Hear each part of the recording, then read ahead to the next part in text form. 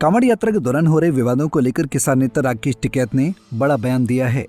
राकेश टिकैत ने कहा कि कांवड़ यात्रा पर कोई थोक ही नहीं सकता, ये सरकार में बैठे लोगों की साजिश है। राकेश टिकैत ने यह भी कहा कि इस देश में मुसलमानों का जान बचाना भारी पड़ रहा है। कोई कांवड़ में कोई थूक सकता है? इन्हीं के ही लोग हैं, ये सब सरकार के लोग हैं, इनके एजेंडे में शामिल है कि कांवड़ पे थूक दो तो विवाद हो, फिर हिंदू मुस्लिम हो। मतलब किसी की हिम्मत है कि कांवड़ जा रही है उसमें को मुस्लिम ये काम कर दे?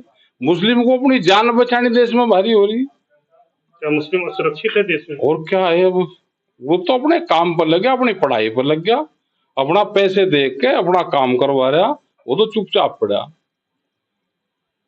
असुरक्षा की भावनाएं उसको है। होटलों पे जहां तक ये है कि राकेश टिकैत ने होटलों में वेज और नॉन वेज भोजन को लेकर विवाद पर कहा कि यूपी में भी महाराष्ट्र वाला फार्मूला लागू होना चाहिए। साथ ही उन्होंने नॉन वेज खाने वाले हिंदुओं को लेकर भी टिप्पणी की। जाति का नाम लिखो, क्या हिंदू नॉनवेज है सारे? तो नॉनवेज से संबंध उसका है या जाति से है? हमने कहा कि महाराष्ट्र में हम गए अभी, वहां पे देखा कि जिसको वेज खाना है, वेजिटेरियन है, तो ग्रीन रंग से लिखा जाता है। जिसको नॉनवेज खाना हो रेड कलर से लिखता है अपने होटल पे। जिस होटल पे दोनों चीज बन रही है तो दोनों लिखता है, जिसपे एक चीज मिलती है तो वो एक लिखता है। तो ऐसे यहाँ पे इंडिकेट कर दो, उसका एक साइज बना दो, एक पूरा मॉडल बना दो कि अपने होटल पे ये आपको लगाना। होटल पे बकरा ईद पे कौन कौन किसके घर पे दावत लेने जा रहा है?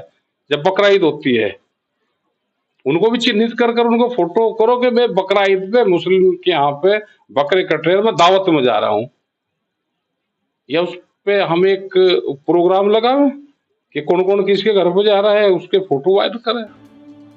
वहीं राकेश टिकैत ने बिहार में होने वाले विधानसभा चुनाव को लेकर भी मीडिया के सवालों का जवाब दिया। उन्होंने कहा कि अगर बेईमानी हुई वहां मौजूद सरकार जीतेगी, निष्पक्ष चुनाव हुआ तो विपक्ष जीतेगा।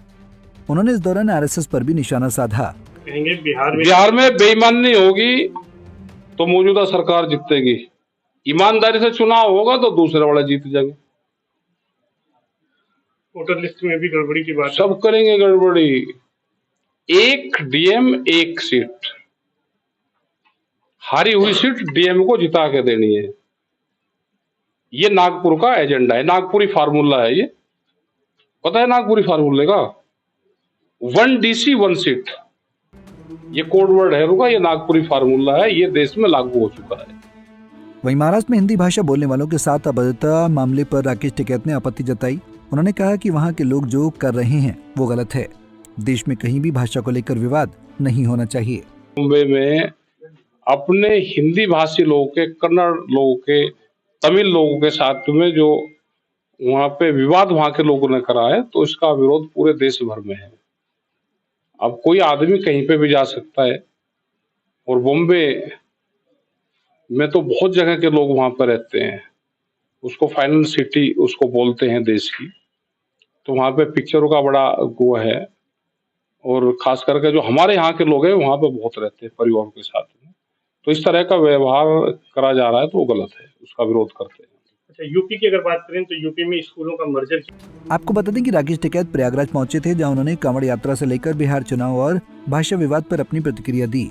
इस दौरान उन्होंने मुसलमानों की सुरक्षा को लेकर जो कुछ भी कहा, उस पर आने वाले दिनों में सियासी बयानबाजी हो सकती है। पंजाब केसरी टीवी के लिए प्रयागराज से सैयद रजा की रिपोर्ट। हमसे जुड़े रहने के लिए हमारे YouTube चैनल को सब्सक्राइब करें और नई वीडियो की नोटिफिकेशन के लिए बेल आइकॉन को दबाएं।